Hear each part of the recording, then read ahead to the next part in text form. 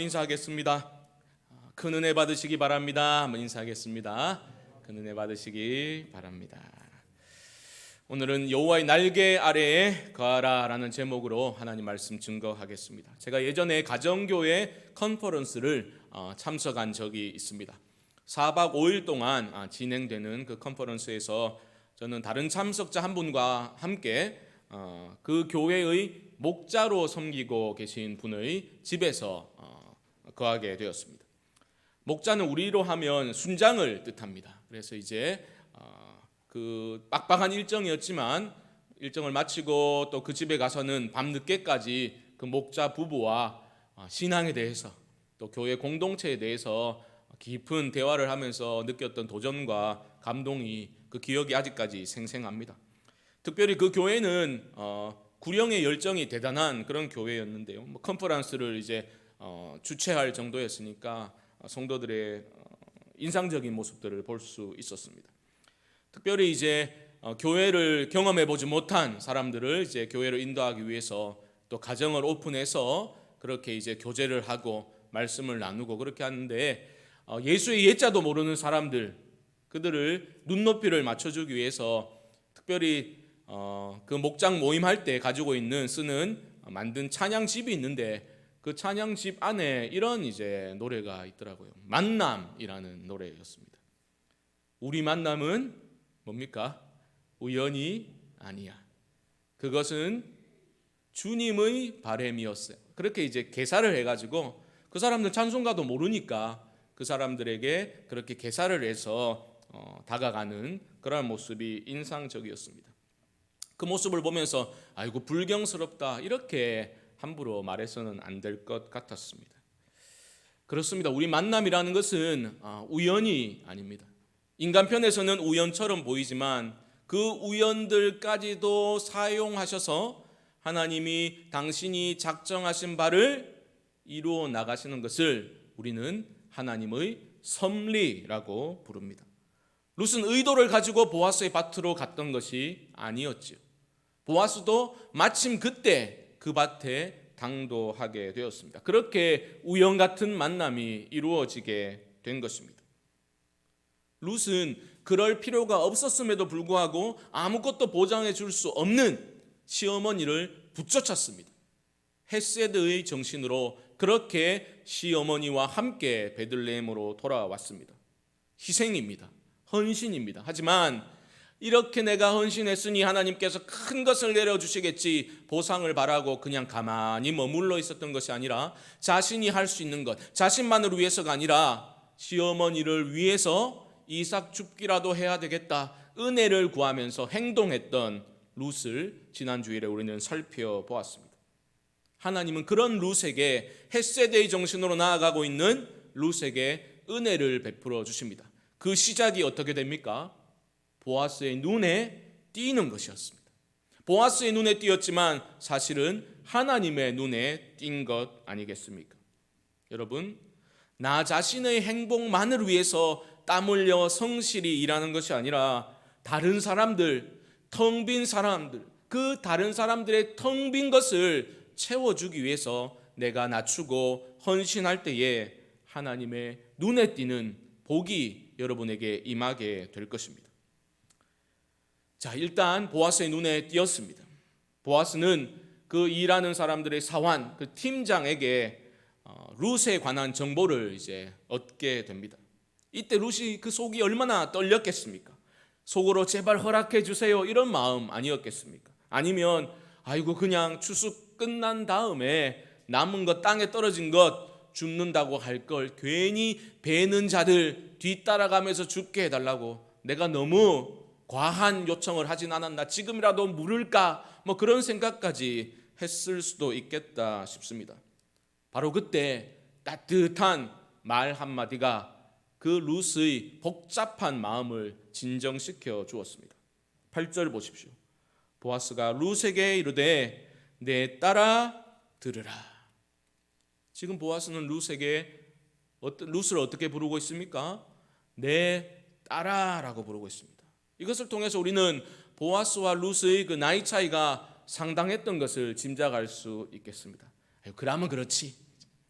너무 완벽하다 싶었다. 뭐 이러면 안 돼요. 지금 룻기 저자의 관심사는 이 둘의 나이 차가 아닙니다. 여기서 강조되고 있는 것은 모든 것이 낯선 상황에서 초조와 불안에 떨고 있던 룻에게 내 딸아라고 불러주시는 따뜻한 아버지의 음성, 그것이 지금 강조되고 있는 거죠. 우리는 그렇지 않습니까? 때로는 사람의 말인데 그것이 하나님의 음성으로 들릴 때가 있는 겁니다. 보아스는 그렇게 부드러운 음성으로 내 딸아라고 룻을 불러주면서 자신이 결정한 것을 그렇게 룻에게 알려주고 있습니다. 8절 중반절 보시면 이삭을 주우러 다른 밭으로 가지 말며 여기서 떠나지 말고 나의 소녀들과 함께 있으라. 뭡니까? 다른 밭으로 가지 말라는 겁니다. 내 밭에만 머물면서 이삭을 주우라라고 말합니다. 머물러 있으라라고 말합니다. 흑심을 품고 말하는 게 아닙니다. 내 옆에 딱 붙어 있어라 이게 아니라 나의 소녀들과 함께 있으라. 룻의 안전을 보장해 주고자 합니다. 룻은 양식을 구했는데 보아스는 그 안전을 보장해 주고자 합니다. 룻기의 시대 배경은 사사 시대입니다. 타락한 시대입니다. 약자가 유릴당한 가능성이, 위험성이 매우 높은 그러한 시대입니다. 룻은 보십시오. 이방 여인에다가 과부입니다. 그리고 얼마나 큰 위험에 노출되어 있었겠습니까? 그래서 보아스는 룻을 보호하고자 하는 겁니다. 양식을 구했는데 이삭 죽기만 허락해 주면 되는데 이게 무슨 제한인가? 좀 어리둥절했을 그 룻에게 보아스는 더 구체적으로 행할 일을 알려줍니다. 9절입니다. 그들이 베는 밭을 보고 그들을 따르라. 우리말 번역에는 그들이 두 번 나와가지고 좀 애매한데 원문에는 첫 번째 그들은 남성 복수로 되어 있습니다. 곡식단을 베는 남자 일꾼들을 가리키고 있습니다. 두 번째 그들을 따르라 해서 그들은 여성 복수로 되어 있어요. 그러니까 곡식단을 묶는 여종들을 가리키고 있습니다. 그 소녀들과 함께 있으면서 이삭을 주우면 된다라고 보아스가 친절하게 알려주고 있는 겁니다. 그러면서 이어서 뭐라고 말합니까? 내가 그 소년들에게 명령하여 너를 건드리지 말라 하였느니라. 이렇게 안전을 보장해주고 있는 겁니다. 사실 룻의 요청은 대담한 것이었죠. 당돌한 것이었죠. 어찌 보면. 왜 그렇습니까? 추수 끝난 다음에 죽는 것이 일반적인 경우인데 룻은 그 베는 자를 뒤따라가면서 죽게 해달라고 어찌 보면 당돌한 요청을 했습니다. 그런데 보아스는 그 요청을 그대로 받아들여 줬을 뿐만 아니라 룻의 안전까지 보장해주고 있는 거죠. 남성들 틈에서 해코지를 당할 수도 있는 그런 상황에서 룻을 지켜주고자 합니다. 호의는 거기에 그치지 않습니다. 9절 하반절 보십시오. 목이 마르거든 그릇에 가서 소년들이 길어온 것을 마실지니라 하는지라. 팔레스타인의 추수기는 건기에 해당됩니다. 낮은 굉장히 덥습니다. 물은 필수적으로 준비해야 하는 겁니다. 그리고 지금 룻은 한마디로 목마른 인생 아닙니까? 외롭고 가련한 한 여인에게 내 딸아라고 불러주면서 이렇게 마실 물까지 공동의 물을 마실 수 있도록 배려해주는 그 보아스를 통해서 룻의 목마름이 해결되고 있음을 우리는 보게 되는 겁니다. 사랑하는 성도 여러분, 우리 하나님의 은혜는 넘치는 은혜요, 우리의 모든 제약을 뛰어넘어 역사하시는 은혜인 줄 믿습니다. 우리의 생각과 기대를 뛰어넘는 그 은혜를 하나님의 은혜인 줄 믿음으로 받으셔야 합니다. 그러므로 우리는 하나님의 은혜라는 것을 나의 알량한 지식이나 나의 제한적인 경험의 틀 안에 자꾸 가두려고 해서는 안 되겠습니다.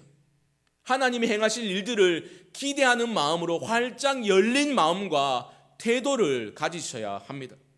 그래야지 은혜가 임하게 되는 겁니다. 그래야지 은혜를 누릴 수 있는 것입니다. 감당할 수 없는 은혜를 룻은 이미 받았습니다. 그래서 룻은 어떻게 반응하고 있습니까? 10절입니다. 룻이 엎드려 얼굴을 땅에 대고 절하며. 이 반응을 보면 보아스가 베풀어준 호의가 대단한 것이었음을 짐작할 수 있죠. 뭐 그 정도 가지고 이렇게 얼굴을 땅에 대고 엎드리나? 이런 식으로 매사에 시큰둥하게 반응하는 사람은 결코 영적인 기쁨을 누릴 수 없습니다. 감사가 없는 인생은 헛된 인생입니다. 은혜를 구하면서 룻은 나갔잖아요. 정처 없이 걷다가 그렇게 지금은 은혜를 얻게 된 겁니다. 그래서 감사하는 마음으로 땅에 엎드리고 있는 것입니다. 우리가 작은 것에 감사하면 더 큰 감사를 하나님이 주시는 겁니다. 범사에 감사하셔요. 범사에 감사하심으로 그 하나님의 은혜를 더 크게 더 깊게 누리실 수 있기를 주님의 이름으로 축복합니다. 엎드려 절하면서 룻은 질문을 하나 합니다. 10절 중반절 보시면 그에게 이르되 나는 이방 여인이거늘 당신이 어찌하여 내게 은혜를 베푸시며 나를 돌보시나이까. 룻에게 표면적으로 일어난 일은 이삭 죽기를 허락받은 거죠. 하지만 그것에는 더 깊은 의미가 있다는 것은 룻이 깨달았던 것 같습니다. 그래서 질문을 하지 않을 수 없었던 겁니다. 나는 이방 여인인데 왜 나 같은 이에게 은혜를 베푸십니까? 왜 나를 돌보십니까? 여기서 돌보다라는 것은 알아보다, 주목하다라는 뜻입니다. 이런 질문을 할 수밖에 없죠. 왜요? 이방 과부이지 않습니까? 관심의 대상이 아니라는 겁니다. 사람들은 그렇지 않습니까? 사람들은 잘 나가는 사람들 알아보기를 좋아하죠. 잘난 사람들, 돈도 많고 힘도 있고 가방끈도 길고 그런 사람들을 아는 것을 자랑스럽게 말하기도 합니다. 하지만 보아스를 보십시오. 보아스는 모든 것을 갖춘 사람이었지만 인간적인 관점에서는 전혀 어울리지도 않는 그런 부류의 사람을 주목하고 있는 거죠. 하나님이 주목하게 하신 겁니다. 참 믿음의 사람은 어떤 사람입니까? 참 믿음의 사람은 하나님의 눈길이 향하는 곳을 주목할 줄 아는 사람입니다. 주목할 줄 아는 사람. 우리 주님의 몸된 교회 안에서는 수준이 안 맞다 이런 말이 결코 나와서는 안 될 것입니다.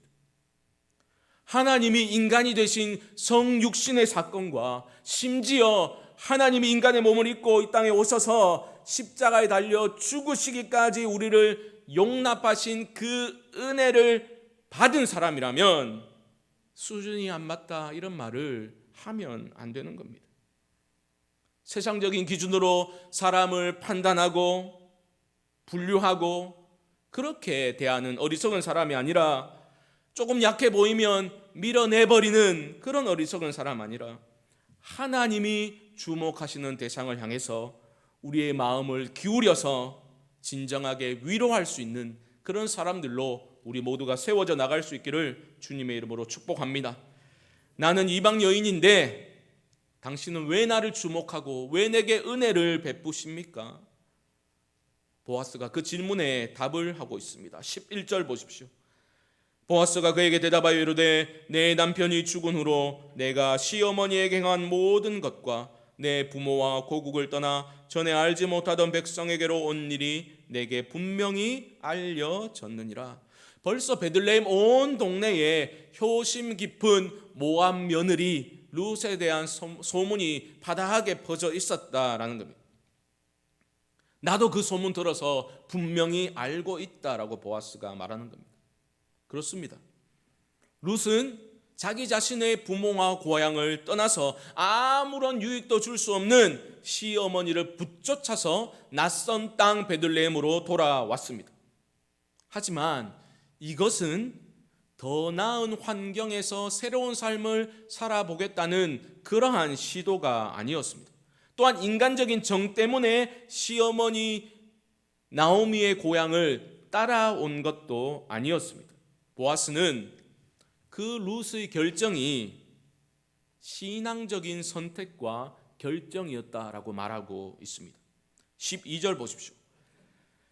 여호와께서 내가 행한 일에 보답하시기를 원하며 이스라엘의 하나님 여호와께서 그의 날개 아래에 보호를 받으러 온 내게 온전한 상 주시기를 원하노라. 룻이 낯선 땅 베들레헴으로 돌아온 것은 한마디로 여호와 하나님의 날개 아래 보호받기 위해서 피신 온 것이다 라고 보아스는 말하고 있습니다. 믿음의 결단이었다는 뜻입니다. 그 옛날 믿음의 조상 아브라함이 모든 기득권을 내려놓고 자신의 가족과 그 고향을 떠났던 것처럼 룻도 믿음으로 떠난 겁니다. 더 나은 환경과 조건을 찾아서 떠난 것이 아니라 둘 다 아브라함도 룻도 하나님을 향해서 떠났던 것입니다. 사랑하는 성도 여러분, 내가 지금 어디로 가는가 너무너무 중요한 문제입니다. 하지만 어디로보다는 내가 지금 누구와 함께하고 있는가, 이것이 훨씬 더 중요합니다. 어디보다는 누구와 함께, 이것이 더 중요합니다. 그런 점에서 룻은 믿음의 도약을 감행한 것입니다. 인간적인 차원에서는 더 안정된 삶을 보장해 준다고 볼 수 있는 자신의 그 모든 권리를 내려놓고 자기 자신의 고향으로 가지 않고 위기의 때에 베들레헴으로 온 것은 한마디로 여호와 하나님의 날개 아래로 들어온 것입니다. 여호와의 날개는 무엇을 의미합니까? 여호와 하나님의 보호하심을 뜻합니다. 시편 91편에서 시인은 이렇게 노래합니다. 그가 너를 그의 깃으로 덮으시리니 내가 그의 날개 아래에 피하리로다. 날개 아래에 피하리로다. 왜 피합니까? 보호받기 위해서 피하는 거예요. 시인은 그 믿음의 결단을 이렇게 표현합니다. 나는 여호와를 향하여 말하기를 그는 나의 피난처요 나의 요새요 내가 의뢰하는 하나님이라 하리니. 보십시오. 나를 맡기려면, 내가 피하려면 그 대상을 신뢰할 때 가능한 것입니다. 믿음이 있어야 절망적인 위기 상황 가운데서 하나님의 날개 아래로 피할 수가 있습니다. 나 자신을 위해서 피하는 겁니다. 그런데 하나님은 자신의 날개 아래로 피하는 자들을 기뻐하시고 복을 주신다라고 말하고 있습니다. 12절 중반절 다시 보십시오. 이스라엘의 하나님 여호와께서 그의 날개 아래에 보호를 받으러 온 내게 온전한 상 주시기를 원하노라. 온전한 상이라는 것은 지금은 완성된 게 아니라는 거죠. 보아스는 내가 지금 내게 베푼 그 호의는 앞으로 네가 여호와로부터 받게 될 그 온전한 상에 비하면 아무것도 아니라는 거죠. 그 온전한 상을 왜 받게 된다는 겁니까? 여호와의 날개 아래에 피하러 왔기 때문에 상을 받을 것이다. 보호받기 위해서 왔는데 상을 주실 것이다 라고 말하고 있는 거죠. 이런 예화가 이해에 도움이 될지 모르겠습니다만은 5, 6년 전에 우리 대구에도 지진이 한번 있었죠. 기억나십니까? 저는 굉장히 느꼈거든요. 그때 아파트 6층에 그 사택이 있어서 살고 있었는데 확실히 느낄 정도로 막 집이 흔들리고 그랬습니다. 아니 이게 뭐지? 뭐 지진 아닌가? 막 이러고 있을 때 그 찰나적인 순간에 옆방에 있던 그 애들이 다다다다 달려오는 거예요. 그래가지고 제 품에 확 안기는 겁니다.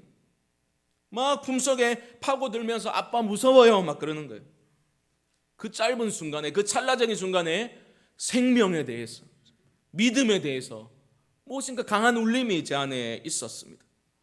물론 아이들 입장에서는 그때 애들 엄마가 장 보러 나갔기 때문에 제가 유일한 대안이어서 제게 달려온 것이겠지만 어쨌든 그 아이들을 품에 안고서 제가 이런 생각이 드는 거예요.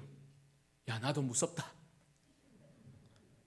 그런 마음이 들고, 그런데 품속으로 파고드는 그 아이들이 그렇게 사랑스럽게 느껴질 수가 없었습니다. 그때 진짜 우리가 하나님께 피한다는 것, 하나님이 하나님께 피하는 인생을 귀하게 보시고 기뻐하시는구나, 그 하나님의 마음을 목이 눈곱만큼이나마 그 순간에 느낄 수 있었습니다. 기도가 절로 나오던데요. 하나님, 이 아이들 살아가면서 어떤 시련을 맞이하게 되더라도 그때 하나님 품속에 숨을 수 있는 그런 믿음을 가진 아이들로 자라나게 해주십시오. 그런 기도가 나왔더랬습니다. 사랑하는 성도 여러분, 여러분은 하나님을 의지하며 살아가는 것이 인생 최고의 복이라는 것을 믿고 살아가고 계십니까? 여호와 하나님의 날개 아래에 숨는 법을 배우실 수 있기를 바랍니다. 좋은 신앙인은 어찌 보면 잘 숨는 사람이에요. 잘 숨는 사람. 사람 뒤에 숨고 어떤 타이틀과 직분 뒤에 숨고 내가 가진 소유들 뒤에 숨는 게 아니라 여호와 하나님의 날개 아래에 숨고 십자가의 그늘 아래에 숨는 사람을 하나님이 기뻐하시고 그 인생을 책임져 주실 줄 믿습니다. 사랑하는 자녀들, 내 목숨까지도 아낌없이 내어줄 수 있을 것 같은 그 자녀들까지도 진정으로 사랑한다면 하나님의 날개 아래에 피하는 법을 여러분의 삶으로 가르쳐 주셔야 되는 거예요. 그들의 삶의 참 주인이 따로 계시다는 것을 알려주셔야 돼요. 나는 육신의 부모이지만 참 부모이신 하나님 그 손에 너희들을 맡긴다라는 고백을 여러분 날마다 하셔야 하는 겁니다. 여호와의 날개 아래 피한다는 것, 여호와 하나님을 신뢰할 때에만 가능한 것입니다. 그래서 하나님이 믿음을 기뻐하시는 거예요. 믿음이 없이는 하나님께 피할 수 없습니다. 하나님은 두 마음이 아니라 갈라지지 않은 온전한 마음으로 온전한 믿음을 가지고 하나님께 피하는 자들을 기뻐하시고 은혜로 그 삶을 붙들어 주십니다. 그 은혜는 감당할 수 없는 은혜이죠. 하지만 은혜의 특징이 있습니다. 은혜는 경험하면 더 사모하게 되는 특징을 가지고 있습니다. 아실 겁니다. 은혜를 여러분 경험해 보셨습니까? 너무 좋다, 끝, 그렇게 끝나던가요? 더 큰 은혜를 갈망하게 되는 겁니다. 보십시오. 13절입니다. 룻이 이르되 내 주여 내가 당신께 은혜 있기를 원하나이다. 벌써 2장 들어와서만 세 번째 룻의 입에서 은혜라는 단어가 튀어나오고 있습니다. 은혜 아니면 살아갈 수 없는 인생이라는 것을 룻이 깨달았던 것입니다. 사랑하는 성도 여러분, 우리는 하루에 몇 번이나 하나님의 은혜를 진정으로 구하며 살아가고 있습니까? 하나님을 신뢰하는 그 믿음으로 내 가정에, 내 삶에, 아니면 내 삶의 전 영역에서 하나님이 내 삶의 주인이심을 신뢰하는, 인정하는 그 믿음으로 은혜를 구하며 우리는 나아가고 있습니까? 은혜를 구하실 수 있기를 바랍니다. 위기 중에 계십니까? 더 큰 은혜를 구하시기 바랍니다. 그것만이 온전한 회복의 길이기 때문입니다. 내가 찾아낸 방법을 통해서 인간의 위로를 구하는 것이 아니라 하나님의 날개 아래에 숨을 때에 하나님께서 주시는 참된 위로를 경험하게 되실 겁니다. 보아스라는 사람을 통해서 하나님은 은혜를 베푸셨죠. 맞습니다. 하지만 엄연히 다른 겁니다. 룻이 보아스를 찾아 나선 게 아니잖아요. 유력자를 찾아 나선 게 아니지 않습니까? 룻은 하나님의 날개 아래로 피했을 뿐인데 하나님은 보아스를 사용하셔서 룻을 주목하게 하시고 룻에게 은혜를 베풀게 하시고 위로해 주셨던 겁니다. 이런 은혜가 있어야 우리 삶에 회복이 임하게 되는 겁니다.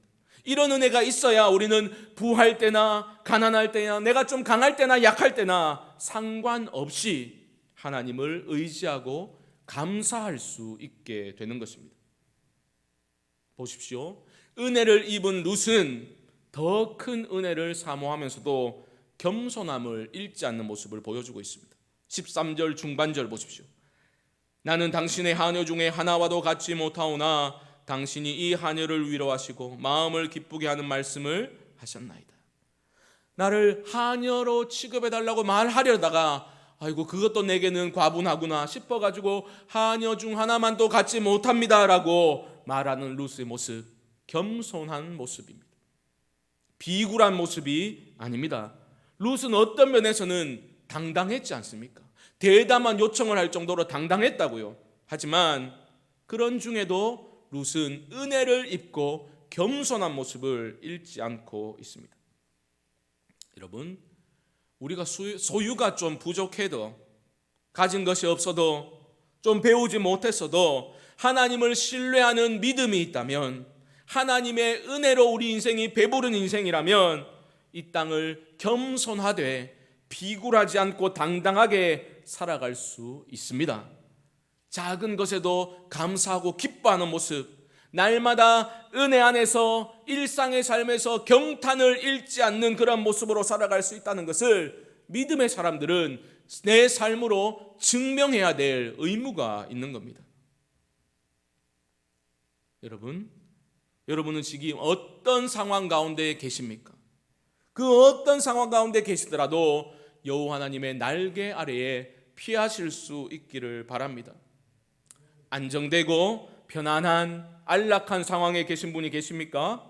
그분들은 그 안락함에 만족하지 마시고 하나님의 은혜 아니면 아무것도 할 수 없습니다라는 것을 날마다 인정하시면서 더 큰 은혜를 구하시기 바랍니다.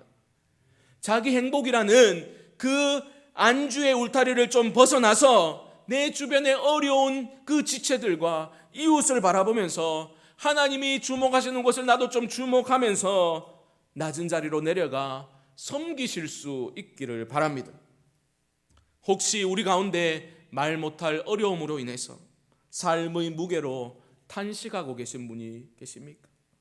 그야말로 하나님의 날개 아래에 숨으시기 바랍니다. 어떤 경우는 정말 주님을 신뢰하는 그 믿음 하나 가지고 고개를 바짝 숙이고 버텨야 되는 시간이 우리에게 다가올 때도 있습니다. 그때는 영혼의 밤과 같은 그런 시간들, 버텨야 되는 시간이 우리에게 주어질 수도 있다는 겁니다. 그때 우리는 하나님의 날개 아래에, 전능자의 그늘 아래에, 우리를 위해서 물과 피를 쏟으신 그 십자가의 그늘 아래로 피해야만 하는 겁니다. 절망의 자리, 죽음의 냄새가 진동하는 그 자리를 박차고 일어나서 믿음으로 하나님의 날개 아래에 숨으려고 발걸음을 옮겨 놓을 때에 하나님의 강한 수온이 여러분 양 어깨 위에 놓이게 될 것이고 하나님이 여러분들을 그 품에 안아주실 줄 믿습니다. 온전한 상은 장래에 속한 것입니다. 소망은 오직 우리 주님께만 있는 겁니다. 기다릴 대상이 있는 인생이 복된 인생입니다. 신앙은 희망 고문이 아닙니다. 하나님의 약속은 반드시 성취됩니다. 믿음으로 결단하며 우리가 믿음으로 결단하며 하나님을 향해서 떠날 때에 우리 안에 우리 삶의 현실의 열매로 그렇게 아름답게 성취될 줄 믿습니다. 이 한 주간도 하나님 은혜 아니면 살아갈 수가 없습니다. 나는 연약한 인생입니다. 고백하시면서 내가 연약하기 때문에 내 안에 주님의 강하심이 역사하시기를 간절히 소망하면서 여호와의 날개 아래 거하는 삶을 살아가실 수 있게 되기를 주님의 이름으로 간절히 축원드립니다. 우리 말씀을 기억